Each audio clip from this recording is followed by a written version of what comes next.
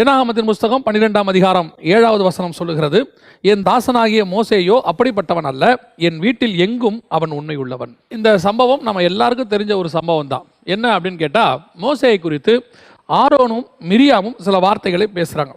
அதாவது ஆரோனும் மிரியாமும் மோசேக்கு விரோதமாய் பேசுகிறாங்க. அதுவும் எதை பற்றி அப்படின்னு கேட்டிங்கன்னா, மோசேயோடைய பர்சனல் லைஃப்பை குறித்து பேசுகிறாங்க. மோசே திருமணம் செய்த ஒரு எத்தியோப்பிய ஸ்திரியை குறித்து அவர்கள் பேசுகிறார்கள். அதை குறித்து பேசும்போது கர்த்தர் அவனுக்கு கொடுக்குற சாட்சி தான், என் வீட்டில் எங்கும் உண்மை உள்ளவன். அந்தந்த வீட்டில் எங்கும் அப்படிங்கிறதில் தான் நாம் இன்னைக்கு பார்க்க போகிறோம். என் வீட்டில் எங்கும் அவன் உண்மை உள்ளவன்னா என்ன அர்த்தம்? மோசேயை குறித்து கர்த்தர் இந்த இடத்துல சொல்லக்கூடிய மிக முக்கியமான ஒரு விஷயம் என்ன அப்படின்னு கேட்டிங்கன்னா, முதலாவது வீடு. ஏன் அந்த இடத்துல என் வீட்டில் எங்கும் அப்படின்னு கர்த்தர் சொல்கிறாரு அப்படின்னு சொல்லி நீங்கள் பார்த்தீங்கன்னு சொன்னால், முதலாவதாக தேவனுடைய வீடு என்பது என்ன அப்படின்னு சொல்லி நீங்கள் பாருங்கன்னா, 1 கொரிந்தியர் புஸ்தகம் 3ஆம் அதிகாரம் 16-17வது வசனம் சொல்லுகிறது, நம்முடைய சரீரம் தேவனுடைய வீடு, தேவனுடைய ஆலயமாக இருக்கிறது அப்படின்னு இருக்கு. இது நம்முடைய ஆவி, ஆத்மா, சரீரம், இந்த மூன்றும் கர்த்தருடைய ஆலயம். இந்த கர்த்தருடைய ஆலயமாக இருக்கும்போது இந்த வீட்டில், அதாவது அவனுடைய பர்சனல் லைஃப்பில் ஆண்டவர் பேசுகிறாரு, என் வீட்டில் எங்கும் அவன் உண்மை உள்ளவன் அப்படின்னு சொல்லும்போது மோசேயோடைய பர்சனல் லைஃப்பை கர்த்தர் பார்க்குறாரு. இவங்க எதை பற்றி பேசுகிறாங்க? மோசேயோடைய பர்சனல் லைஃப்பை பற்றி, அவருடைய திருமணத்தை பற்றி, இன்னும் சொல்ல போனால் ஒரு ஸ்திரியை குறித்து பேசுகிறார்கள். இந்த எத்தியோப்பிய ஸ்திரீ யார் அப்படின்னு சொல்லி முதல்ல நம்ம கொஞ்சம் பார்க்கணும். ஏன்னா ஆண்டவர் சாட்சி கொடுக்குறார். அந்த எத்தியோப்பிய ஸ்திரீ யார் அப்படின்னு நீங்கள் பார்த்தீங்கன்னா, நான் ஒரு சில வருஷங்களுக்கு முன்பாக, ஒரு 15 வருஷங்களுக்கு முன்பாக ஒரு தேவ மனுஷனிடத்தில் விதமாக கேட்டேன், இந்த இடத்துல இப்படி இருக்குது, இது என்னன்னு கேட்டபோது அவர் சொன்ன வார்த்தை, மோசே வந்து 2வது கல்யாணம் பண்ணியிருந்தார், மீதியான் தேசத்தில் ஒரு கல்யாணமும் எத்தியோப்பியாவில் ஒரு கல்யாணமும் பண்ணியிருந்தார், அந்த 2 கல்யாணத்தை பற்றி தான் அவங்க பேசுகிறாங்க அப்படின்னு சொல்லி. ஆனால் உண்மையிலேயே அப்படி இல்லை. என்ன அப்படின்னு சொல்லிட்டு கொஞ்சம் போயிட்டு வேதத்தை ஆராய்ந்த போது, இந்த எத்தியோப்பியாங்கிறது எதை குறிக்கிறது? இப்போ இருக்கிற எத்தியோப்பியானா அப்படின்னா இப்போ இருக்க எத்தியோப்பியா இல்லை. ஏன்னா மோசே இப்போ இருக்க எத்தியோப்பியாவுக்கு வந்திருக்க வாய்ப்பே இல்லை. அது வந்து சவுதி அரேபியா கீழே ஆப்பிரிக்கா கண்டத்தில் இருக்குது, அங்கே வர வாய்ப்பே இல்லை. அவர் போன இடம் எது? மீதியான் தேசம். அந்த இடம் என்ன இருக்குது எப்படின்னு பார்த்தீங்கன்னு சொன்னால், அந்த மீதியான் தேசத்தில் வாழ்ந்த ஒரு இனம், அந்த இனத்திற்கு பேர் தான் எத்தியோப்பியர்கள், எத்தியோப்பிய ஸ்திரீ. இப்போ உதாரணமாக, இப்போ இந்தியாவுக்குள்ளே சில சீனர்கள் வாழ்கிறாங்க, இந்தியாவுக்குள்ளே சில நேபாளிஸ் வாழ்கிறாங்க. அதே மாதிரி தான் மீதியான் தேசத்துக்குள்ளே வாழ்ந்த எத்தியோப்பிய ஸ்திரீ தான் அந்த அம்மா. அந்த அம்மாவை தான் அவர் திருமணம் செய்கிறாரு, திருமணம் பண்ணி கூட்டிகிட்டு வர்றார்.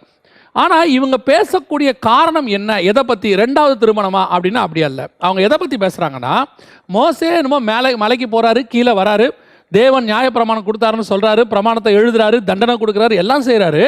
ஆனால் இவர் மட்டும் புறஜாதி பொண்ணை கல்யாணம் பண்ணியிருக்கிறாரு, இவர் மட்டும் இஸ்ரவேல் இல்லாத ஒரு பொண்ணை கல்யாணம் பண்ணியிருக்கிறாரு அப்படின்னு சொல்லி இவரை குறித்து பேசுகிறாங்க. அப்போது தேவன் அந்த இடத்தில் வந்து மோசேக்கு கொடுக்குற சாட்சி என்ன அப்படின்னு சொல்லி கேட்டிங்கன்னா, அவன் என் வீட்டில் எங்கும் உண்மை உள்ளவன், அதுவும் என் மோசே அப்படிப்பட்டவன் அல்ல அப்படின்னு சொல்றார். எப்படிப்பட்டவன் அல்ல? புறஜாதி ஸ்திரியை திருமணம் செய்து எனக்கு விரோதமான பாவங்களை செய்யக்கூடியவன் அல்ல. அவன் திருமணம் செய்ததுக்கு ஒரு காரணம் இருக்கு. அந்த ஸ்திரீக்கு ஒரு எல்லாத்தையும் ஆண்டவர் சொல்றார். 40 வருஷம் அந்த மீதியான் தேசத்தில் அவர் இருந்திருக்கிறார், 40 வருஷம் எகிப்தில் இருந்திருக்கிறார். இந்த 80 வருஷத்தில் நீங்கள் பார்த்தீங்கன்னு சொன்னால், மோசே திருமணம் பண்ண ஒரே பொண்ணு அதான். அதுக்கு முன்னாடி, மோசேக்கு முன்னாடி ஆபிரகாமா இருக்கட்டும், யாக்கோபா இருக்கட்டும், அன்னைக்கு உள்ளவங்க, இன்னும் சொல்லப்போனால் காயின் வம்சத்திலேயே லாமேக்கன் ஒருத்தர் இருக்கிறார், அவர் தான் ஃபர்ஸ்ட் 2 திருமணம் பண்ணவர். அதுக்கப்புறம் எத்தனையோ திருமணம் பண்ணவங்க, எத்தனையோ பொண்ணை கல்யாணம் பண்ணவங்க இருக்காங்க. அன்னைக்கு காலத்தில் அது ஒரு பாவமே கிடையாது. ஆனால் மோசே அந்த காலத்திலேயும் அந்த ஒரு பெண்ணை திருமணம் செய்து 40 ஆண்டு காலம், இன்னும் சொல்ல போனால் யாக்கோபு, லேயாள், ராகேல், அவங்க 2 மறுமனையாள், அவங்களுடைய 2 வேலைக்காரிகள் எல்லாரையும் திருமணம் பண்ணுறாரு. ஆனால் நீங்கள் மோசேயை பார்த்தீங்கன்னு சொன்னால், இவங்களோட பிறந்தவங்க நிறைய சகோதரிகள் இருக்கிறாங்க அவர் மனைவியோட. அப்போ கூட அவர் ஒரு மனைவியோட தான் இருந்தார். சரி, இப்போ பிரச்சனை அது இல்லை, ஒரு மனைவியா 2 மனைவியா இல்லை. இப்போ பிரச்சனை புறஜாதியா என்னதான். இவர் போன போது புறஜாதி தேசத்தில் தான் இருந்தார். இன்னும் சொல்ல போனால் மோசேயோடைய பிறப்பிலிருந்து மரணம் வரைக்கும் அவர் புறஜாதி தேசத்துக்குள்ளே தான் இருந்தார். அவர் இஸ்ரவேலுக்குள்ளே பிரவேசிக்கவே இல்லை. இஸ்ரவேலுக்கு நியாயப்பிரமாணத்தை கொடுத்த மோசே இஸ்ரவேலுக்குள்ளே பிரவேசிக்கல. இஸ்ரவேலுக்கு விருத்த சேதனத்தை பற்றி சொல்லி கொடுத்த மோசே ஆரம்பத்தில் விருத்த சேதனமே பண்ணலை. அவர் எங்கன்னா மீதியான் தேசத்துக்கு போகிற வரைக்கும் அது நடக்கவே இல்லை. அங்கே போயிட்டு அந்த அம்மாவை ஆதாயம் பண்ணுறாரு. நீங்கள் நல்லா கவனிச்சு பாருங்கள். அவங்க திரும்பி எகிப்துக்கு வரும்போது விருத்த சேதனம் பண்ணது யாருன்னு பாருங்கள். அந்த அம்மா தான் ஒரு கருக்கலான கல்லை எடுத்து விருத்த சேதனம் பண்ணாங்கன்னு இருக்குது. ஸோ அந்த அம்மாவை நியாயப்பிரமாணத்துக்குள்ளே அவர் கொண்டாந்துட்டார், அந்த அம்மாவை ஆதாயம் பண்ணிட்டார். அந்த அம்மா மூலமாக பிள்ளைகளும் பிறந்துருச்சு. இப்போ மோசே தேவனுக்கு முன்பாக உண்மை உள்ள மனுஷனாக இருக்கிறார். ஏன் மீதியான் தேசத்துக்கு போனார், அங்கே என்ன நடந்துச்சு, எல்லாமே தேவனுக்கும் மோசேக்கும் தான் தெரியும். தேவனோட மோசையுடைய உண்மை உத்தமம் ஆண்டவருக்கு தெரியுது. அதனால தான் நான் எப்பவும் சொல்லுவேன், சில நேரங்களிலே நம்முடைய கண்கள் பார்க்கிறது, காதுகள் கேட்கறது, நமக்கு முன்னாடி நடக்கிற விஷயங்கள் எல்லாமே வேற மாதிரி இருக்கும். ஆனால் அதனுடைய உண்மையான ஃபேக்டை நீங்கள் உட்காந்து ஆராய்ச்சி பார்த்தா அது வேற மாதிரி இருக்கும். அவசரப்பட்டு நாம் பேசிட்டோம்னா பின்னாடி வருத்தப்பட வேண்டி வரும். அதுவும் இந்த உலகத்தில் இன்னொருத்தரை குறித்து பேசுவது என்பது தேவையில்லாத ஒரு காரியம். அதுவும் நான் இன்னும் ஒரு படி மேலே போய் சொல்லுவேன், கர்த்தரால் அபிஷேகம் பண்ணப்பட்ட விசுவாசியாக இருக்கட்டும், ஊழியக்காரனாக இருக்கட்டும், யாரை குறித்து நாம் பேசக்கூடாது. ஏன்னா நம்ம பார்க்குற வியூ வேற, அங்கே நடக்கிறது வேறையா இருக்கும். அதனுடைய விளைவு என்னாச்சு? பேசுனதுடைய விளைவு என்னாச்சு? மோசேக்கு ஆண்டவர் சாட்சி கொடுத்துட்டாரு, ஆனால் பேசின மிரியாம் வெண்குஷ்டமாக மாறிட்டாங்க. அதனால பல நேரங்கள் நம்ம பேசும்போது சாபங்கள் நமக்கு வருகிறது. இங்கே மோசேயை குறித்து அவர் சொல்றாரு, என் வீட்டில் எங்கும் உண்மை உள்ளவர். அதுதான் நமக்கு இன்னைக்கு ரொம்ப முக்கியம். அப்போ யோசித்து பாருங்க, அந்த இஸ்ரவேலுக்குள்ளாக இருக்கட்டும், மீதியான் தேசத்திலேயாக இருக்கட்டும், அவ்வளோ பேருக்கு நடுவில் மோசேக்கு ஒரு சாட்சி கிடைக்கிறது, உண்மை உள்ளவன் என்கிற சாட்சி. நீங்கள் ஆபிரகாம் வாழ்க்கையை எடுத்து பாருங்க, 16ஆம் அதிகாரத்துக்கும் 17ஆம் அதிகாரத்துக்கும் நடுவில் நீங்கள் பார்த்தீங்கன்னு சொன்னால் 13 வருஷம் இருக்குது. அதாவது 86 வயசில் வந்து இஸ்மவேல் பிறக்கிறாரு, 99 வயசில் கர்த்தர் திருப்பி பேசுகிறார். அந்த 13 வருஷம் ஆபிரகாம்கிட்ட அவர் பேசல. ஆனால் ஆரம்பிக்கும் போது ஆண்டவர் எப்படி ஆரம்பிக்கிறார் தெரியுமா? எனக்கு முன்பாக நடந்து கொண்டு உத்தமனாக இருங்கிறார். ஒருத்தன் உத்தமனாக இருன்னு சொல்கிறாருன்னா என்ன அர்த்தம்? அவன் உத்தமமாக இல்லாதனால தான் உத்தமமாக இருன்னு சொல்லுவார். ஆபிரகாமுக்கே சில நேரங்களில் வழி விலகி போயிருக்கிற சிச்சுவேஷனில் மோசையை பற்றி கர்த்தர் கொடுக்குற சாட்சி என்ன? என் வீட்டில் எங்கும் உண்மை உள்ளவன். எப்போ? மீதியான் தேசத்தில் இருக்கும்போது, புறஜாதியார் தேசத்தில் தேவனை அறியாத போதே அவன் எப்படிப்பட்டவனாக இருந்தான்? உண்மை உள்ளவனாக. தேவனை முகமுகமாக தரிசிக்கிறதுக்கு முன்னாடி சொல்கிறேன், உண்மை உள்ளவனாக இருந்தான். இந்த உண்மையை கர்த்தர் எதிர்பார்க்கிறார். நம்முடைய ஆவி, ஆத்மா, சரீரம் கர்த்தருக்கு முன்பாக எப்படி இருக்கிறது? இதில் உண்மைத்தன்மையை கர்த்தர் நமக்கு எதிர்பார்க்கிறார். இன்னைக்கு கடைசி காலத்தில் எப்படி ஆயிடுச்சு அப்படின்னு கேட்டிங்கன்னு சொன்னால், என்ன செஞ்சாலும் தப்பு இல்லைங்கிற இடத்துக்கு சபை போயிட்டு இருக்குது. என்ன செஞ்சாலும் தப்பு இல்லைங்கிற இடத்துக்கு விசுவாசி போயிட்டு இருக்கு. உபதேசங்களும் அந்த இடத்துக்கு தான் போயிட்டு இருக்கு. இன்னைக்கு உபதேசம் கொடுக்குறவங்க கூட என்ன சொல்லி கொடுக்குறாங்க? ஒரு தடவை நீங்கள் ரட்சிக்கப்பட்டா போதும், அதுக்கு பிறகு என்ன பாவம் செஞ்சாலும் கர்த்தர் என்ன செஞ்சிருவாரா? உங்கள் பாவத்தை மன்னிச்சிருவாரு, உங்கள் நரகத்தை கூட்டிகிட்டு போகவே மாட்டார் அப்படின்னு சொல்லி சிலர் வந்து நூதனமான காரியங்களை உங்களுக்கு சொல்லி உங்களை ஏமாற்ற பார்க்குறார்கள். இது பிசாசினுடைய தந்திரம். முடிவு பரியந்தம் நிலை நிற்கிறவனே ரட்சிக்கப்படுவான்னு பைபிள் சொல்லுது. ஒரு தடவை பரம ஈவை ருசி பார்த்தும் இனி வரும் காரியங்களை அறிந்தும் பரிசுத்த ஆவியை பெற்றும் அப்படின்னு இருக்கு எபிரேயர் புஸ்தகத்தில் நீங்கள் வாசிக்கும் போது. அப்படி நீங்கள் பின்வாங்கி போவினால் அவரை மீட்பது கூடாத காரியம்னு பைபிள் சொல்லுது. இன்னைக்கு கடைசி காலத்தில் இந்த உண்மைத்தன்மை கொஞ்சம் கொஞ்சமாக போயிட்டே இருக்குது. அதுவும் உண்மைத்தன்மை எந்த அளவுக்கு போயிட்டு இருக்கு தெரியுமா? கணவன் மனைவிக்குள்ள இன்னைக்கு உண்மைத்தன்மை இல்லை, பிள்ளைகள் பெற்றோருக்குள்ள உண்மைத்தன்மை இல்லை, இன்னைக்கு சபையில் ஊழியர்களுக்கும் விசுவாசிகளுக்கும் நடுவில் உண்மை இல்லை. ஒரு காலத்தில் எல்லாமே திறந்த புஸ்தகமாக இருக்கும். நாம் குடும்பங்களில் பார்த்தீங்கன்னு சொன்னால் இன்னைக்கு எத்தனை குடும்பங்கள் பிரிஞ்சுக்கிட்டு இருக்கு. இந்த இடைப்பட்ட லாக்டவுனில் மட்டுமே எத்தனையோ கோடி குடும்பங்கள் பிரிவது, டிவோர்ஸ் கொடுத்துருக்குறாங்க சைனாவில். காரணம் என்ன? கணவனும் மனைவியும் ஒரே வீட்டில் இருக்கும்போது தான் உண்மையான கலர் தெரியுது, வெளியே இருக்கும்போது ஏமாத்தி இருக்கிறாங்க. ஆண்டவர் எதிர்பார்க்கறது என்ன? உனக்கு கொடுக்கப்பட்ட எல்லாவற்றிலும் நீ உண்மை உள்ளவனாக இருக்கணும். இந்த ஆசாரிப்பு கூடாரத்தில் நீங்கள் பார்த்தீங்கன்னு சொன்னால் 3 ஸ்டேஜ் இருக்கும். அந்த 3 ஸ்டேஜ் பலிபீடம், பரிசுத்த ஸ்தலம், மகா பரிசுத்தலம். இந்த 3த்துக்கு அடையாளம் என்னன்னு கேட்டிங்கன்னு சொன்னால், அந்த பலிபீடம் தான் நம்முடைய சரீரம், அந்த பரிசுத்த ஸ்தலம் தான் நம்முடைய ஆத்மா, அந்த மகா பரிசுத்தலம் தான் நம்முடைய ஆவி. இந்த 3 தான் நம்முடைய வீடு. இந்த 3லும் நாம் உண்மை உள்ளவர்களாக இருக்கணும். அதில் முதலாவதாக இந்த பலிபீடம், சரீரம். இதில் எவ்வளோ உண்மை உள்ளவங்களாக இருக்கிறோம் நீ கடைசி காலத்தில்? இன்றைக்கி ஸ்பிரிச்சுவல் ஒர்க்கை பார்க்கும்போது பர்சனல் ஒர்க்கு எப்படி இருந்தாலும் பரவாயில்லைன்னு ஒரு கூட்டம் போயிட்டு இருக்குது. ஒரு கூட்டம் என்ன சொல்லுது? எனக்கு தெரிஞ்சு ஒரு சபையில் இப்படி சொல்கிறாங்க, பாஸ்டருடைய மெசேஜை மட்டும் கேளுங்க, அவருடைய பர்சனல் லைஃப்பை நீங்கள் பார்க்காதீங்க அப்படின்னு சொல்கிறாங்க. அதை எப்படி நாம் எடுத்துக்கொள்ள முடியும்? மரம் நல்லதாக இருந்தால் தானே கனி நல்லதாக இருக்கும், வசனம் அப்படி தானே சொல்லுது. அந்த பர்சனல் லைஃப்பை குறித்து பேச வேண்டாம், அந்த பர்சனல் லைஃப்பை குறித்து நாம் ப்ரொபகண்டா பண்ண வேண்டாம், அது அவருக்கு உள்ளது. ஆனால் அப்படிப்பட்டவர்களை கொண்டு நாம் எப்படி ஊழியம் செய்ய முடியும்? அப்படிப்பட்டவர்களை வச்சுக்கிட்டு நம்ம எப்படி இன்னைக்கு அட்ஜஸ்ட் பண்ணிட்டு போகிறாங்க எல்லாமே. அதான் நான் சொல்லுவேன், இப்போ சபையில் ஒரு ஆராதனை நடக்குது. இந்த ஆராதனையில் நம்ம நடத்தும் போது நம்ம செய்தி கொடுக்குற ஊழியர் மாத்திரம் பரிசுத்த ஆவியால் நிரம்பி உண்மை உள்ளவராக இருந்தால் பத்தாது, அவருக்கு உதவி செய்கிறவர்களும் அப்படிப்பட்டவர்களாக தான் இருக்கணும்.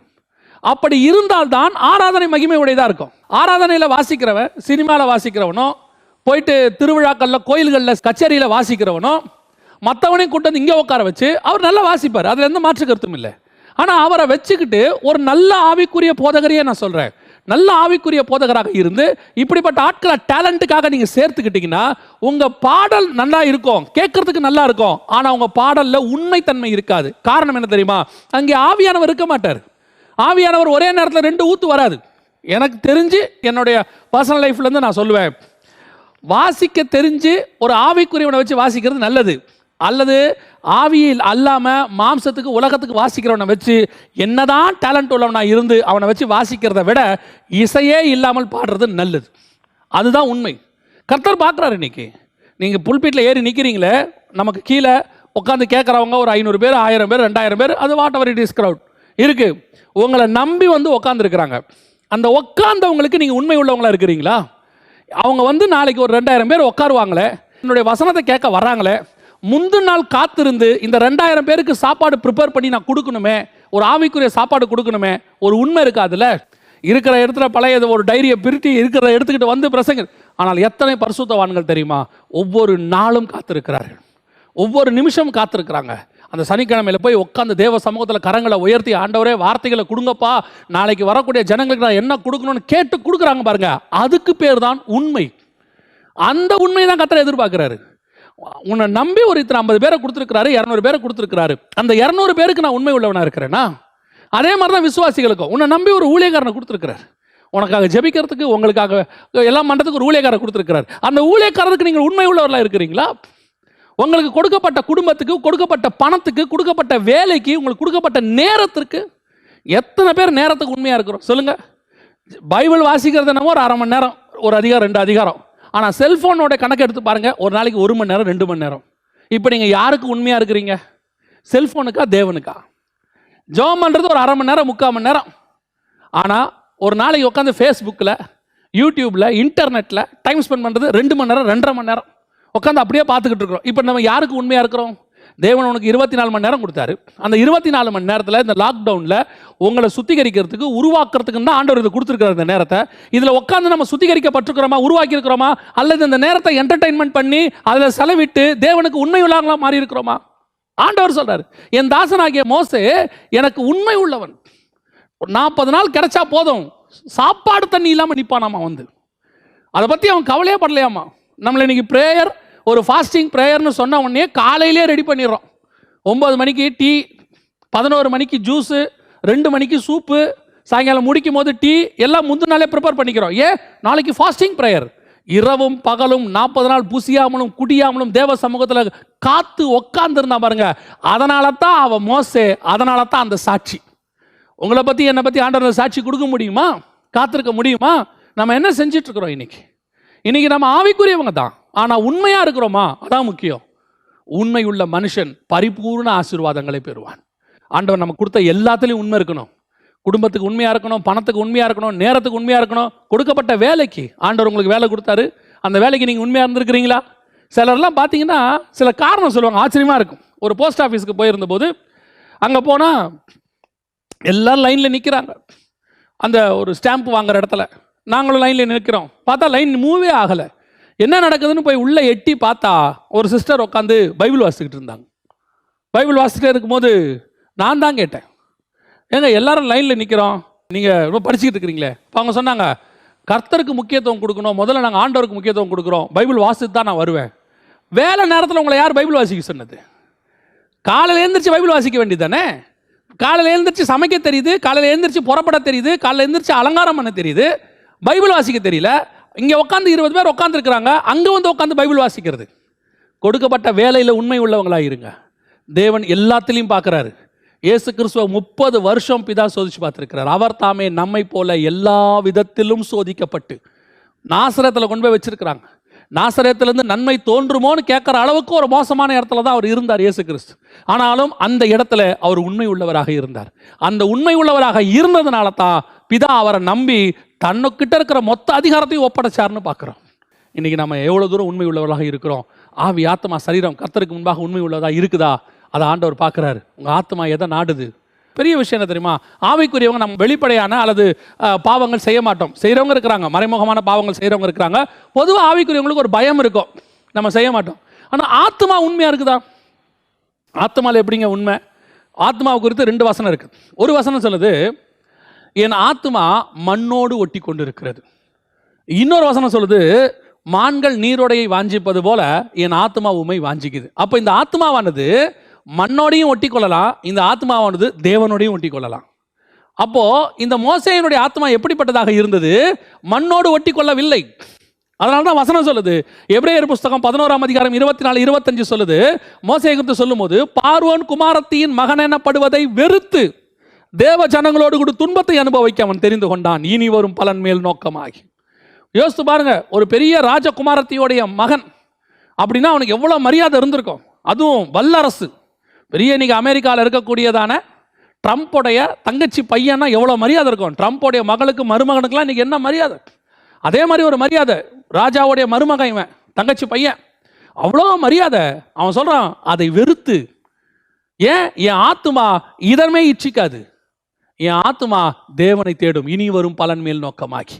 ஆத்துமால உண்மை உள்ளவன் அவன். அதுதான் ஆண்டவர் சொல்றாரு. இன்னைக்கு நம்ம இருக்கிறோமா? இன்னைக்கு ஆண்டவர் நமக்கு எல்லாம் கொடுத்துருக்கிறாரு, நம்ம எதன் மேல வாஞ்சியா இருக்கிறோம்? இதெல்லாம் செஞ்ச பிறகு கிட்டத்தட்ட 80 வருஷம், அந்த 80 வருஷம் முடிச்ச பிறகுதான் கர்த்தர் சொல்றார் மோசேயை பார்த்து, என் வீட்டில் எங்கும் அவன் உண்மை உள்ளவன். இந்த சாட்சியை கர்த்தர்கிட்ட இருந்து வாங்கணும். ஆண்டவர் நம்மளை பார்த்து ஒரு வார்த்தை சொல்லணும். அதான் எனக்கு அடிக்கடி ஆண்டவர் சொல்ற ஒரு காரியம், ஒரு சிலருக்கு தான் கர்த்தர் நம்ம சாட்சி கொடுக்குறாரு.